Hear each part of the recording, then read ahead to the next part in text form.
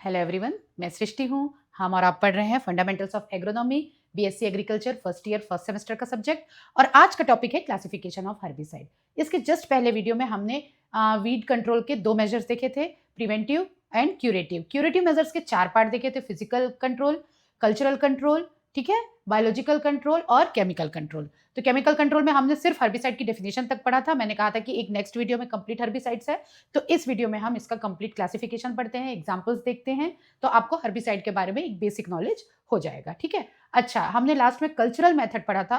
तो अगर एग्जाम में आपको एग्रोनॉमिकल मेथड पूछता है तो कंफ्यूज ना हो, एग्रोनॉमिकल और कल्चरल मेथड दोनों सिमिलर है। ओके, चलिए, तो आज हम स्टार्ट कर रहे हैं क्लासिफिकेशन ऑफ हर्बिसाइड। पहले तो इसके बेसिस हैं, ये आप ध्यान रखिए कि किस बेसिस पे हर्बिसाइड का क्लासिफिकेशन हुआ है। फर्स्ट है based on time of application, किस टाइम पे हम उसको अप्लाई कर रहे हैं। बेस्ड ऑन सेलेक्टिविटी, किन क्रॉप्स या के ऊपर या किन प्लांट्स के ऊपर हर्बिसाइड एक्टिव है। फिर स्पेक्ट्रम ऑफ वीड कंट्रोल, क्या बहुत सारे वीड्स को कंट्रोल कर पा रहा है कि थोड़े वीड्स को कंट्रोल कर पा रहा है। फिर based on site of application, कहाँ अप्लाई कर रहे हैं, हमने सॉइल में किया है या प्लांट में किया है। और बेस्ड ऑन रेसिडुअल एक्शन, कि हर्बिसाइड देने के बाद सॉइल में और प्लांट में उसका रेसिडुअल इफेक्ट कितना है या क्या है, उसके बेसिस पे हम ये क्लासिफिकेशन करते हैं। तो सबसे पहले आप नोट डाउन कर लीजिए, क्या इसके basis of classification based on time of application, based on selectivity, based on spectrum of weed control, based on site of application and based on residual action और रेसिडुअल इफेक्ट। ओके, फर्स्ट है based on time of application. क्या मतलब हुआ, किस time पे हमने herbicide apply किया है। इसके तीन टाइप हैं, देखिए। प्री प्लांट इमरजेंस, इसी को हम इजी वे में पीपीआई भी बोलते हैं, ठीक है। Pre emergence, pre I, pre M बोलते हैं। और पोस्ट इमरजेंस, इसको हम बोलते हैं पोस्ट ईएम, ठीक है। देखिए, नाम से समझ में आ रहा है कि क्या है। प्री प्लांट इनकॉर्पोरेटेड, क्या मतलब हुआ, प्लांट के प्री, प्लांट से पहले, applied 1 to 2 days before sowing और प्लोइंग। मतलब जब हमको सोइंग करनी है या सोइंग के लिए हम सीड बेड प्रिपरेशन कर रहे हैं, उसके 1-2 दिन पहले हम इसे अप्लाई करते हैं। और इसका बहुत अच्छा एग्जांपल है फ्लूक्लोरलिन। और याद रखिए, पीपीआई, प्री प्लांट इमरजेंस, मतलब प्री प्लांट इनकॉर्पोरेटेड, मतलब होता है कि सोइंग से पहले हमने इसको अप्लाई कर दिया है। ओके, अब सेकेंड है प्री इमरजेंस। ये भी देखिए, नाम से समझ में आ रहा है, इमरजेंस के पहले, applied to soil after sowing but before crop emergence, ठीक है। सोइंग करने के कुछ ही टाइम बाद हम इसको अप्लाई करते हैं, पर ध्यान रखा जाता है कि उससे पहले प्लांट इमर्ज ना हो, प्लांट के इमरजेंस से पहले हम इसको अप्लाई करते हैं। और इसका एग्जांपल है पेंडिमिथिलिन, ठीक है। थर्ड है टाइप है पोस्ट इमरजेंस। ये भी नाम से समझ में आ रहा है कि इमरजेंस के बाद, ठीक है, तो applied after emergence of weeds और क्रॉप्स। ओके, तो इसका बहुत अच्छा एग्जांपल है 2,4-D या फिर ग्लाइफोसेट, ठीक है। तो क्या हमने देखा कि based on time of application 3 types के हर्बिसाइड हैं। कौन कौन से हर्बिसाइड हैं, एक है पीपीआई, ओके, पीपीआई है, प्री प्लांट इनकॉर्पोरेटेड, फिर है प्री इमरजेंस, और फिर है पोस्ट इमरजेंस। सबके एग्जाम्पल ध्यान में रखिए, बहुत सारे एग्जाम्पल है, मैंने एक एक एग्जाम्पल लिखा है और कोशिश की है मैंने कि अगर किसी और टाइप में भी सेम एग्जाम्पल रिपीट हो तो वो डालने की कोशिश की है, ताकि आपको याद करने में आसानी हो। ओके, और थर्ड है पोस्ट इमरजेंस, जिसका एग्जाम्पल है 2,4-D, जो कि स्टैंडिंग क्रॉप्स में यूज किया जाता है, ठीक है। तो ये हो गया based on time of application. इसी का थोड़ा और डिटेल हम देखते हैं। पीपीआई, प्री प्लांट हर्बिसाइड्स, ठीक है, incorporated into soil before sowing, हमने देखा ये। Control weeds at seedling stage, ठीक है, and example is fluchloralin. Okay, चलिए, नेक्स्ट है प्री इमरजेंस। ये भी हमने देखा, applied directly to the soil after sowing but before emergence, ठीक है। और it controls the germinating weed, जो जर्मिनेट हो रहे हैं उन वीड्स को ये कंट्रोल कर देता है। और एग्जांपल है इसका पेंडिमिथिलिन, ठीक है, नोट कर लीजिए इसको जल्दी से। थर्ड है पोस्ट इमरजेंस। पोस्ट इमरजेंस कैसे होता है, it applied after crop and weed emergence, ठीक है, स्टैंडिंग क्रॉप में या स्टैंडिंग वीड में इसको अप्लाई किया जाता है। इसे कहा जाता है post emergence herbicide. It is effective for controlling grown up weeds, ठीक है, जो ग्रोन अप वीड्स हैं उनको कंट्रोल करने के लिए ये बहुत अच्छा काम करता है। और इसके एग्जांपल है 2,4-D एंड ग्लाइफोसेट। ओके, तो ये हो गया पोस्ट इमर्जेंस हर्बिसाइड। अब है बेस्ड ऑन सेलेक्टिविटी, ठीक है। तो बेस्ड ऑन सेलेक्टिविटी कौन कौन से हैं? एक तो है सेलेक्टिव हर्बिसाइड और दूसरा क्या है? नॉन सेलेक्टिव हर्बिसाइड, ठीक है। ये भी नाम से समझ में आ रहा है, ठीक है। देखिए सेलेक्टिव मींस हर्बिसाइड क्या कर रहा है? सिलेक्शन कर रहा है। क्या सिलेक्शन कर रहा है? वीड्स का सिलेक्शन कर रहा है। वो सारे वीड्स पे वर्क नहीं कर रहा है, सिर्फ कुछ सेलेक्टिव वीड्स पे वर्क कर रहा है।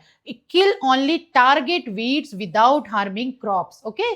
तो क्रॉप को ये कोई हार्म नहीं करता, सिर्फ उन्हीं वीड्स को हार्म करता है जिसके अगेंस्ट में इसके पास केमिकल होता है, और इसका भी एग्जांपल है पेंडिमिथिलिन, ठीक है। अब नॉन सेलेक्टिव ऐसे हर्बिसाइड्स हैं kill all vegetation regardless of crop हो, वीड हो, कोई सा भी वीड हो, सबको ये एक साथ खत्म कर देता है। और इसका बहुत अच्छा एग्जांपल है ग्लाइफोसेट। अगर बंजर जमीन पड़ी है, कुछ भी घास उगा है, क्रॉप उगा है, उसको अगर आपको क्लियर करना है तो सबसे अच्छा हर्बिसाइड ग्लाइफोसेट होता है, जिसमें पूरा हर एक तरह का वेजिटेशन उसमें क्लियर हो जाता है, ठीक है। तो हमने क्या देखा?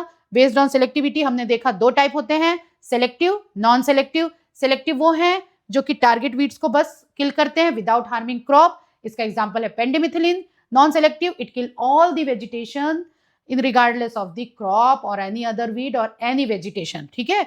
तो इसका एग्जांपल है ग्लाइफोसेट। थर्ड है, अच्छा सेलेक्टिव का ये थोड़ा डिटेल है, control specific weeds in mixed population, safe to crops if used properly, and example is pendimethalin. ये हम अभी देख चुके हैं, ठीक है।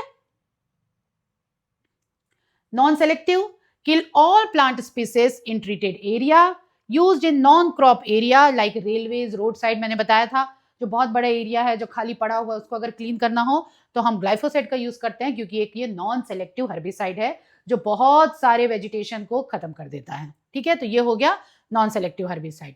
अब नेक्स्ट है based on spectrum of control, ठीक है। नैरो स्पेक्ट्रम, ब्रॉड स्पेक्ट्रम, ये भी नाम से समझ में आ रहा है, नैरो स्पेक्ट्रम, ब्रॉड स्पेक्ट्रम, ठीक है। Narrow spectrum means effective against specific weed groups, कुछ स्पेसिफिक वीड्स के लिए ही ये काम आता है। इसका एग्जांपल है 2,4-D, क्योंकि ये 2,4-D सिर्फ ब्रॉड लीव्ड वीड्स के लिए काम आता है, ठीक है। फिर है broad spectrum, effective against wide range like grasses, सेजेस, डाइकोट्स, और इसका बहुत अच्छा एग्जांपल है ग्लाइफोसेट जो हमने अभी देखा। तो जो नॉन सेलेक्टिव का एग्जांपल है वही ब्रॉड स्पेक्ट्रम का एग्जांपल है ग्लाइफोसेट, ठीक है। तो नैरो स्पेक्ट्रम देखा और ब्रॉड स्पेक्ट्रम देखा, इसका डिटेल भी है। Narrow spectrum kill specific group of weeds, example 2,4-D control broad leaved weeds, ठीक है। और ब्रॉड स्पेक्ट्रम है kill a wide range of weeds including grasses, सेजेस एंड ब्रॉड लीव्ड वीड्स, इसका एग्जांपल है ग्लाइफोसेट। अब है based on the site of application, हम कहां पे उसको अप्लाई कर रहे हैं। फर्स्ट है सॉइल अप्लाइड, सेकंड है फोलिएज अप्लाइड, ठीक है। ये भी नाम से समझ में आ रहा है, soil applied means applied to the soil absorbed by the roots, ठीक है। इसका एग्जांपल है फ्लूक्लोरलिन। फोलिएज अप्लाइड हर्बिसाइड है applied on leaves absorbed by the plant tissues, इसका एग्जांपल है 2,4-D एंड ग्लाइफोसेट। इनको स्टैंडिंग क्रॉप में दिया जाता है, क्रॉप के ऊपर अप्लाई किया जाता है, और सॉइल अप्लाइड हर्बिसाइड्स जैसे कि फ्लूक्लोरलिन को हम सॉइल में अप्लाई करते हैं ताकि वो एब्जॉर्ब हो जाए सॉइल में और सॉइल के थ्रू एब्जॉर्ब हो जाए रूट्स में, ओके। तो हमने क्या देखा? सॉइल अप्लाइड हर्बिसाइड्स फ्लूक्लोरलिन और फोलिएज अप्लाइड हर्बिसाइड्स ग्लाइफोसेट, ठीक है। तो ये हो गया क्या? Based on site of application. चलिए अब based on residual effect, residual effect के हिसाब से residual herbicides and non residual herbicides, ये भी आप नाम से समझ जाइए। रेसिडुअल मतलब जिसका रेसिड्यू होता है, नॉन रेसिडुअल जिसका रेसिड्यू नहीं होता है, ठीक है। Active in soil for longer duration, एक बार आपने अप्लाई कर दिया उसके बाद भी बहुत टाइम तक उसमें एक्टिव रहता है, उसका रेसिडुअल इफेक्ट रहता है, वो सारे होते हैं रेसिडुअल हर्बिसाइड्स, इसका एग्जांपल है पेंडिमिथिलिन।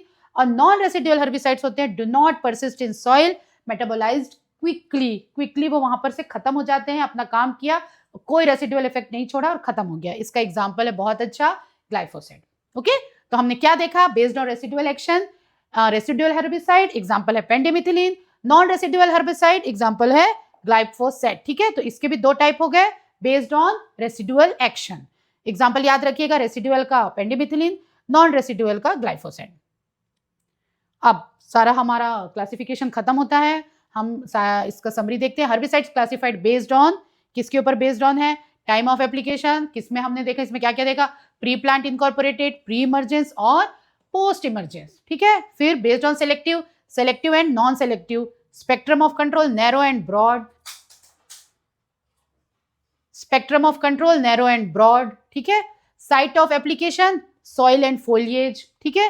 Residual effect residual non residual, ठीक है। इस पेज को भी अगर आप ध्यान रखेंगे तो आपको फिर ये पूरा क्लासिफिकेशन याद रहेगा कि किस तरह से क्लासिफिकेशन हुआ है। इतना भी आप अच्छे से एकदम ध्यान कर लीजिए। तो और सबके एग्जाम्पल्स जरूर लिखिए, जहां भी हो सके examples, diagram, flow chart, difference, column में डिफरेंस, ये जरूर करिए, ठीक है।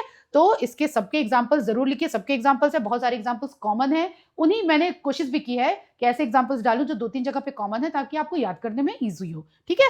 तो ये आप पूरा देख लीजिए, टाइम ऑफ एप्लीकेशन के बेस पे, सेलेक्टिविटी के बेस पे, स्पेक्ट्रम ऑफ कंट्रोल के बेस पे, साइट ऑफ एप्लीकेशन के बेस पे और रेसिडुअल एक्शन के बेस पे। तो ये कंप्लीट होता है आपका क्या, क्लासिफिकेशन ऑफ हर्बिसाइड, ठीक है। ऐसा ही क्वेश्चन 2-3 बार पूछा है, explain the classification of herbicide. तो आप पहले क्या करेंगे, सबसे पहले आप हर्बिसाइड की डेफिनेशन देंगे, ठीक है, जो मैंने लास्ट वीडियो में आपको बताया था। हर्बिसाइड की एप्लीकेशन डेफिनेशन देने के बाद फिर आप ये क्लासिफिकेशन मेंशन करेंगे, और हर क्लासिफिकेशन में बकायदा आपको एग्जाम्पल जरूर लिखना है। बिना एग्जाम्पल के आपका आंसर अधूरा है। आपको फुल मार्क्स चाहिए तो आपको एग्जाम्पल्स याद रखने होंगे, ठीक है। तो चलिए, ये वीडियो है जो यहाँ पे एंड होता है। नेक्स्ट वीडियो में हम फिर मिलते हैं, ठीक है। वीट का कुछ 3-4 वीडियो और बचा हुआ है, उसके बाद ये यूनिट भी खत्म हो जाएगा। तो चलिए, मेरे साथ पढ़ते रहिए, आगे बढ़ते रहिए। Best of luck.